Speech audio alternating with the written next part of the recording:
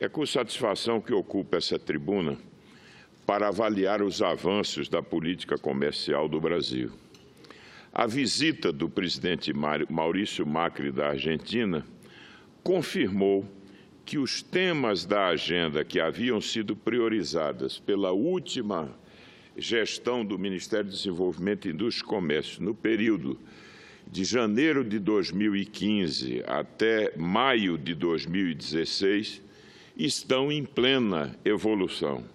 Nesse sentido, destaco o esforço dos dois países no fortalecimento do Mercosul, de forma a acelerar a inserção do nosso bloco na rede de acordos internacionais e de comércio e de investimento. Brasil e Argentina concordaram em colocar em primeiro plano as negociações em curso com a União Europeia, com os países da Aliança do Pacífico e ainda o lançamento de novas frentes de negociação, especialmente com o Japão, o Canadá e os países que formam o EFTA, ou seja, alguns países da Europa que não estão integrados à comunidade europeia, a exemplo, por exemplo, da Suíça e de outros países. Sempre tivemos a convicção da importância estratégica do nosso bloco regional. O Mercosul é uma construção institucional de mais de 20 anos e seus fundamentos e relevância decorrem da própria geografia e de circunstâncias históricas que não podem ser revogadas.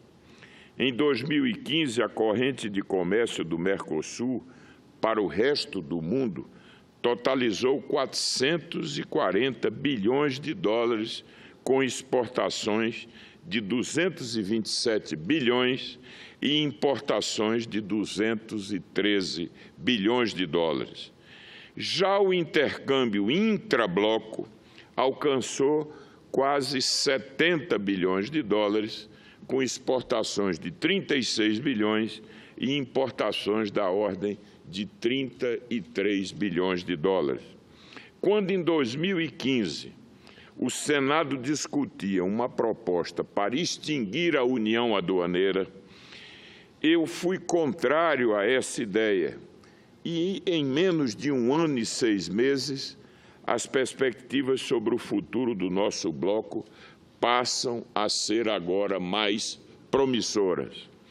Efetuamos a troca de ofertas com a União Europeia ainda em 2016 e hoje o interesse por parte do bloco europeu é crescente, inclusive em função dos novos fatos que vêm mudando o panorama geopolítico e também da própria política comercial, em decorrência do reposicionamento dos Estados Unidos, com posições mais protecionistas e também a saída da Inglaterra da comunidade europeia. Além disso, Brasil e Argentina pretendem concluir as negociações de um protocolo para um acordo de cooperação e facilitação de investimentos entre os países membros do Mercosul, ainda durante esse ano e possivelmente no decorrer da presidência da Argentina no bloco. Assim, poderemos ter um ambiente mais favorável para a internacionalização das nossas empresas por meio de um conjunto de medidas que reduz o risco do investidor, evitando situações que possam conduzir a uma controvérsia entre investidores e os estados receptores desses investimentos. Senhor presidente, senhoras e senhores senadores, também está na pauta dos dois países a conclusão das negociações de um protocolo de compras públicas no âmbito do Mercosul. Meu caro presidente Cidinho, o Mercosul não tem ainda um acordo dessa área de compras públicas, ou seja, se uma empresa brasileira quiser acessar uma concorrência pública na Argentina ou no Uruguai, não tem condições isonômicas em relação às empresas locais. De igual modo, isso vale para o Brasil aqui. Então, quando se constroem acordos de integração, há de se ter um marco adequado nessa questão de um protocolo de compras públicas para que as empresas possam acessar esse segmento de mercado que é muito expressivo. Por exemplo, durante o período da nossa gestão no Ministério do Desenvolvimento, Indústria e Comércio, nós pudemos firmar o primeiro acordo brasileiro na área de compras públicas com o Peru. O governo peruano compra 12 bilhões de dólares por ano fora do Peru. Portanto, há empresas mexicanas que têm lá absoluta condição de igualdade com as empresas peruanas, mas as empresas brasileiras não tinham. Portanto, criar condições para que as empresas brasileiras possam, e não apenas na perspectiva das empresas brasileiras, mas das empresas que atuam nos outros países do Mercosul, um protocolo nessa área me parece um passo importante para fortalecer os laços e o processo de integração econômica entre esses países. No âmbito exclusivamente bilateral, foi definida uma agenda de convergência regulatória com a identificação de barreiras não tarifárias pelos órgãos dos dois países e ações que podem, inclusive, resultar na criação de uma agência que pudesse tratar dessas questões regulatórias no âmbito do Mercosul. Por exemplo, Anvisa, Inmetro, há padrões de normas técnicas em questões, inclusive, sanitárias e fitossanitárias que não se harmonizam e, portanto, se constituem barreiras para o acesso dos produtos. Então, nós precisamos criar um padrão, um estándar de normas que seja absolutamente, que se possa harmonizar para facilitar os fluxos de comércio entre os países do bloco e, nessa dimensão, especialmente entre Brasil e Argentina. No tocante à facilitação de comércio, foi implantada uma cooperação técnica com o apoio do Banco Interamericano, o BID, para a execução de um plano que também harmonize as chamadas janelas únicas ou portais únicos, que nada mais é do que criar um espaço em que todos os órgãos intervenientes no processo de exportação e importação possam, num único lugar, numa única plataforma, definir os processos, harmonizar os processos para reduzir a burocracia e o tempo de processamento das exportações e das importações. O Brasil tem um projeto em curso, que é o Portal Único do Comércio Exterior, que vai permitir, meu caro senador Paim, quando a terceira fase for implantada, que o tempo de processamento das exportações se reduza. Hoje, o Brasil tem um tempo médio de 13 dias para processar a exportação. Precisamos trazer esse prazo para algo que se aproxime da experiência, por exemplo, do que se verifica nos países da OCDE, cujo prazo é de 8 dias, no máximo. Então, isso significa um ganho de produtividade e, sobretudo, um ganho econômico significativo para o nosso país. Portanto, a perspectiva de que haja um intercâmbio e, mais do que isso, uma integração nesse processo das janelas únicas é outro fator que pode concorrer para a dinamização e o fortalecimento das nossas relações. Senhor presidente, senhoras e senhores senadores, no ano passado, o Brasil obteve um superávit comercial de 4 bilhões de dólares com a Argentina. Foram mais de 13 bilhões de dólares de exportações, com um predomínio de bens manufaturados, o que confere ao nosso comércio uma qualidade inquestionável. Ou seja, o comércio do Brasil com a Argentina é um comércio onde há ampla preponderância de bens manufaturados.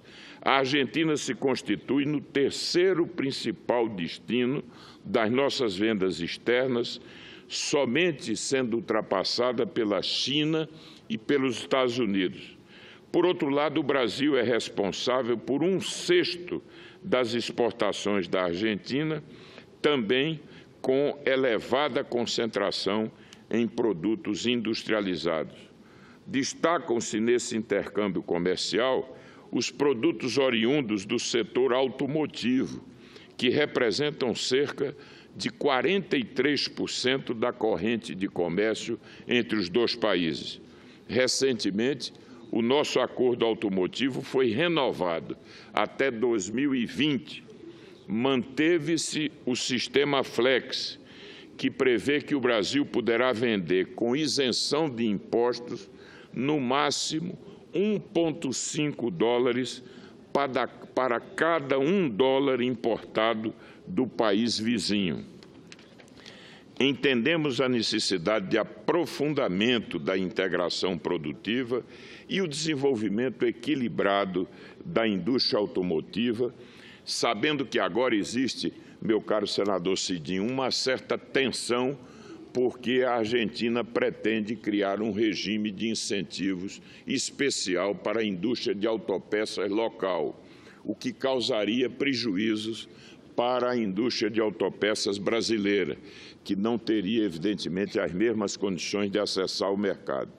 Nós reconhecemos que essa questão exige que se encontre uma solução equilibrada e temos que reconhecer que a Argentina deve ter e pode ter a justa ambição de ter um parque fabril mais integrado e, evidentemente, isso sugere ou supõe a ideia de que a Argentina precisa ter também uma maior produção de autopeças. Mas, de qualquer maneira, a indústria automotiva argentina e a indústria automotiva brasileira podem encontrar um ponto de complementariedade com algumas plataformas que são exclusivas, ou seja, alguns bens que podem ser apenas fabricados em um dos países, o que daria esse caráter de maior complementariedade e, sobretudo, a criação de uma plataforma regional que pudesse nos dar escala,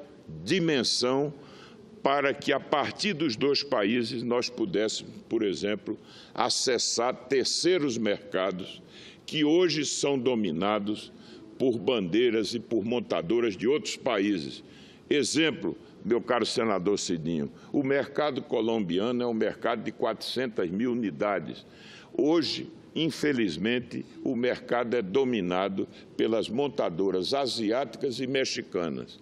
E nós que estamos aqui tão perto, estamos sem condições hoje de acessar o mercado colombiano, pagando um imposto de entrada elevadíssimo. Portanto, é hora de promovermos esse processo de integração do Mercosul com os países da Aliança do Pacífico, com extraordinários ganhos que podem ser obtidos pela indústria automotiva do Brasil e da Argentina. Portanto, existe um amplo espaço com medidas de facilitação comercial, convergência regulatória e ampliação temática dos acordos intra-Mercosul para que as duas economias possam, como já disse, fortalecer a sua corrente de comércio, que já chegou em 2011, por exemplo, a alcançar 40 bilhões de dólares.